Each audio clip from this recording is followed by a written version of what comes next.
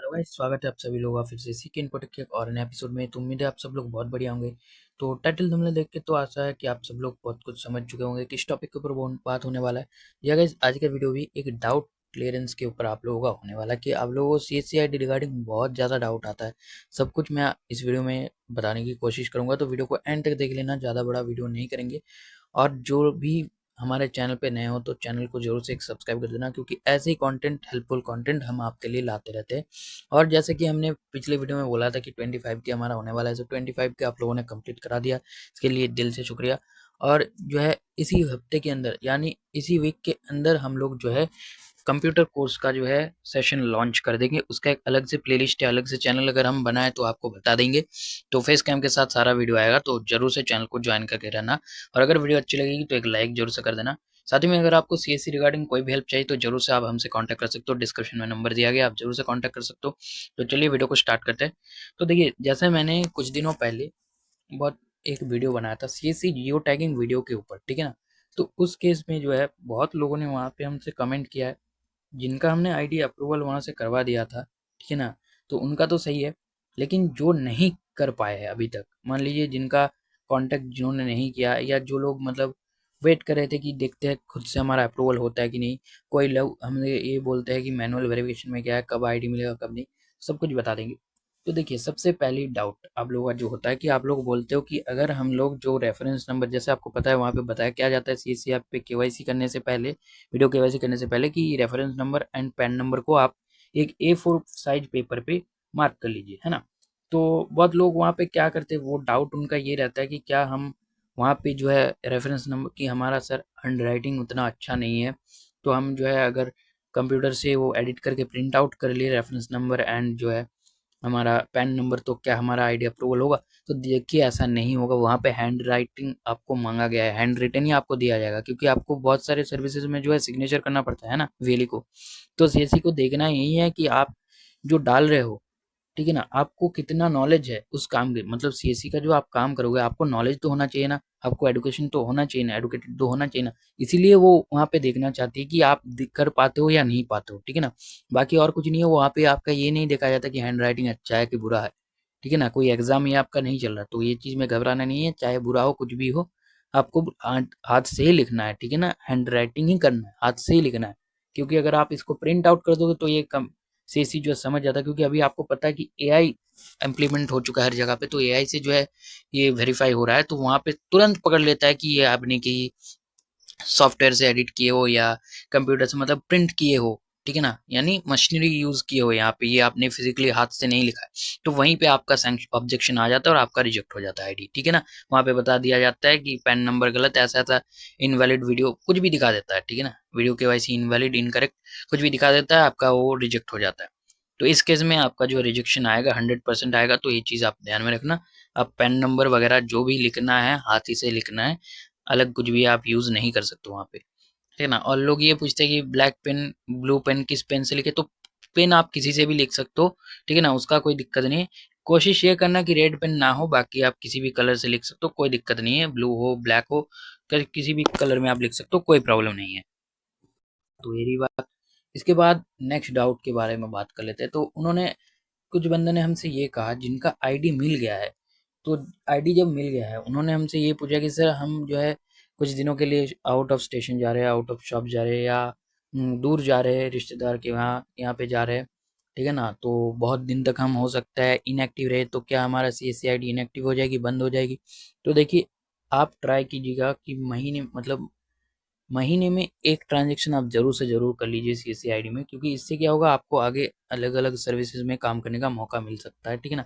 तो सर्विसेज इसीलिए आपको सारा इस पे ध्यान में देना है, ठीक है ना। लेकिन मान लीजिए आप बहुत दिनों के लिए बाहर है, आप पर मंथ कोई काम नहीं कर पा रहे हो, ठीक है ना। तो जैसे लोग हमें बोलते हैं कि क्या हम अपना आईडी किसी दूसरे को दे सकते हैं, तो देखिए ऐसा बिल्कुल मत कीजिए गलती, क्योंकि यहाँ पे जो है बहुत दिक्कत हो जाएगा, आपका जो है आईडी बंद हुए हो सकता है, ठीक है ना, क्योंकि दूसरे लोकेशन पे काम होगा तो आपका आईडी बंद हो सकता है। तो ये चीज़ ध्यान रखना। आप कोशिश कीजिए, आप जहाँ पे भी जाओगे अपने मोबाइल से ही लॉगिन करके एक एटलीस्ट रिचार्ज आप महीने में कम से कम तो 3 महीने में एक काम आप जरूर से कर लीजिए। 10-20 रुपए का भी जो रिचार्ज छोटा मोटा टॉपअप आता है, जैसे 22 रुपए एयरटेल का आता है, वो सब आप कर सकते हो। जियो का 19 रुपए आता है, तो वो कर सकते हो महीने में एटलीस्ट एक करने का ट्राई कीजिए, बाई चांस ना हो तो एटलीस्ट 90 डेज में एक ट्रांजेक्शन तो आप जरूर से जरूर कीजिएगा, 1-2 ट्रांजेक्शन। तो जिससे क्या होगा, सीसी आईडी आपका जो है इनएक्टिव नहीं होगा, आपका वो चालू रहेगा। ठीक है। वैसे अभी तो डायरेक्ट आईडी सस्पेंड आपका नहीं हो रहा है, क्योंकि आपको फाइन पेनल्टी मार दिया जा रहा है। ठीक है ना।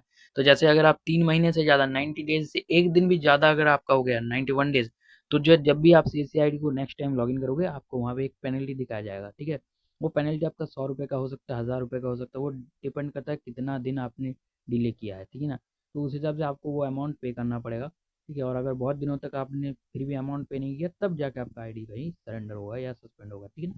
तो ये बात है। तो ये चीज़ ध्यान में रखना कि फाइन से अगर बचना है तो जरूर से आपको ट्रांजेक्शन करते रहना चाहिए। ठीक है ना। और अगर आपका ऐसा ट्रांजेक्शन फाइन आया, कुछ भी आया, तो उस केस में आपको जो है सर्विस यूज़ नहीं कर पाओगे। ठीक है।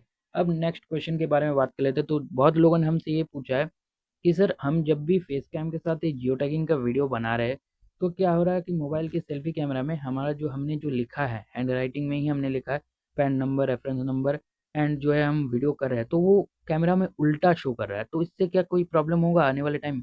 तो देखिए, आप कैमरा में जैसे देख रहे हो, कैमरा क्या होता है कि मिरर टाइप का काम करता है। तो जैसे अगर आप आईने के सामने खड़ा होकर आप हाथ हिलाओगे, तो देखना आपका उल्टा ही काम करता है। ठीक है ना।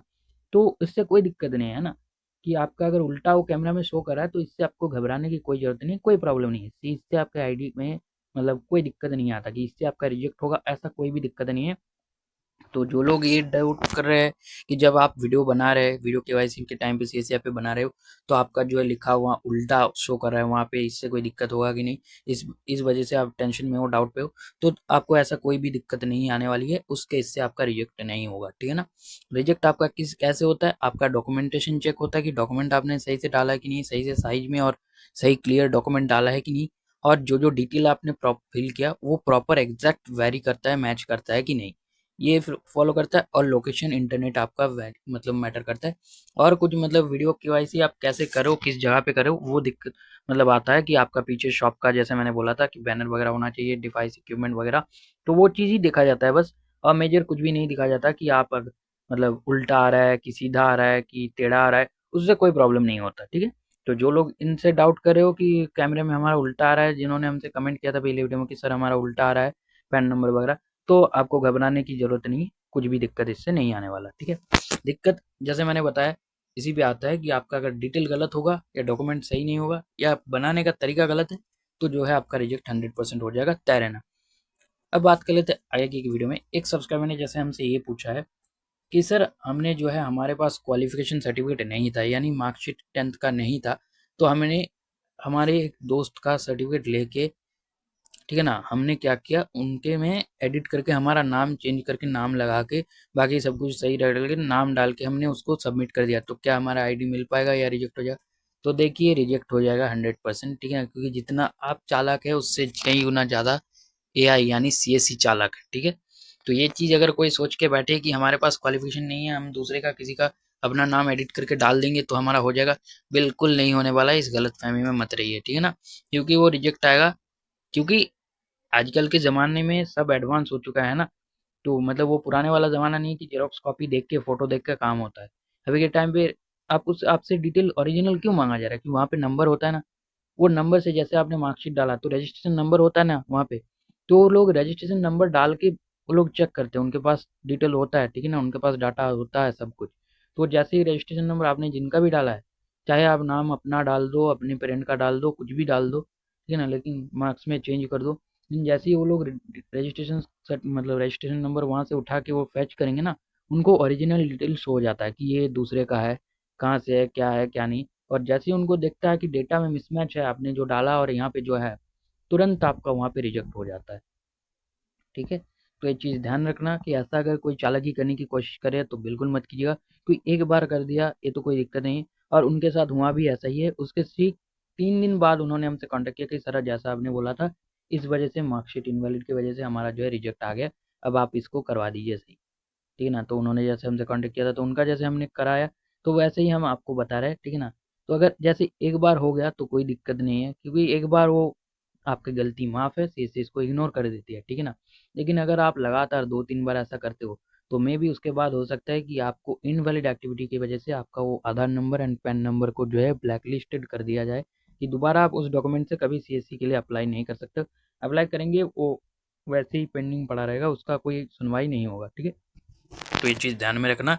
और अगर बाई चांस आप कहीं से जुगाड़ करके ले लेते हो तो हो सकता है 2-3 महीने में वो सस्पेंड हो जाए। तो ये चीज़ ध्यान में रखना है।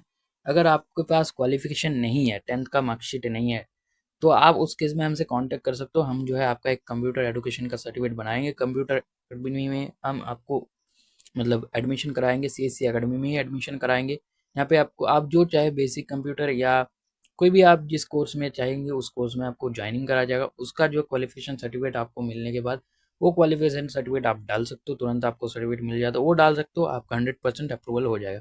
और जिन्होंने हमसे ये पूछा है कि सर हमारे पास आईटीआई डिप्लोमा का सर्टिफिकेट है, हमारे पास जो है कंप्यूटर का सीटा का कोर्स का सर्टिफिकेट है, तो क्या हम वो डाल सकते हैं? बिल्कुल डाल सकते हो, कोई दिक्कत नहीं है, उनसे भी आपका हो जाएगा, है ना। क्योंकि वहाँ पे मांगा गया है लास्ट क्वालिफिकेशन, ठीक है। वहाँ पे एग्जाम्पल 10th बताया गया है लास्ट क्वालिफिकेशन। इसका मतलब ये नहीं कि आपको 10th ही डालना है।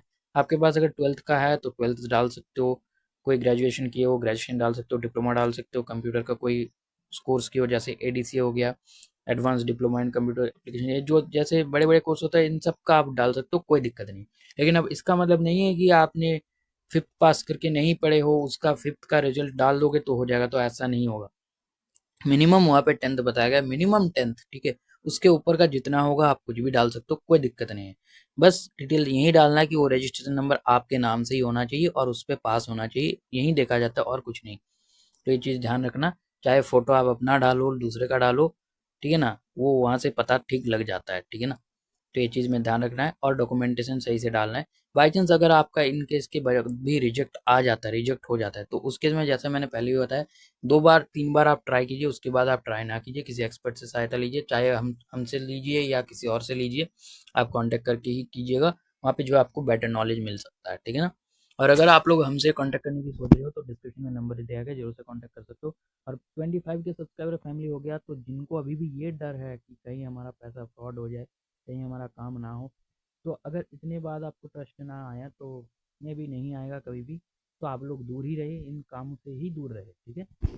ये हम आपको बता दे रहे हैं। अगर आपको करना है इसके बाद तो आप जरूर से कांटेक्ट कर सकते हो, आपको डिटेल्स सब देने के बाद आपका जो है काम हो जाएगा 100%। और जो सिर्फ क्वालिफिकेशन के लिए कंप्यूटर एजुकेशन के लिए आना चाहते हो तो जरूर से आ जाइए। हमने फेसबुक का लिंक जो है डाल दिया है अबाउट सेक्शन में, वहाँ से जाके आप सबसे पहले फेसबुक पेज में हमारा जो है कितना हम कोर्स कराते हैं, कितने कोर्स हमारे पास अवेलेबल है उसका डिटेल आप देख लीजिए। और किस में क्या ज्वाइनिंग फीस है, क्या आपको मंथली फीस पे करना होगा, मंथली कोर्स फी क्या होगा, वो सब कुछ वहाँ पे बताया गया, वो देख लीजिएगा। उसके बाद आप जरूर से कांटेक्ट कीजिएगा। तो आज की वीडियो में बस इतना ही, मिलते हैं नेक्स्ट वीडियो में किसी और नए टॉपिक के साथ। तब तक के लिए जय हिंद, वंदे मातरम।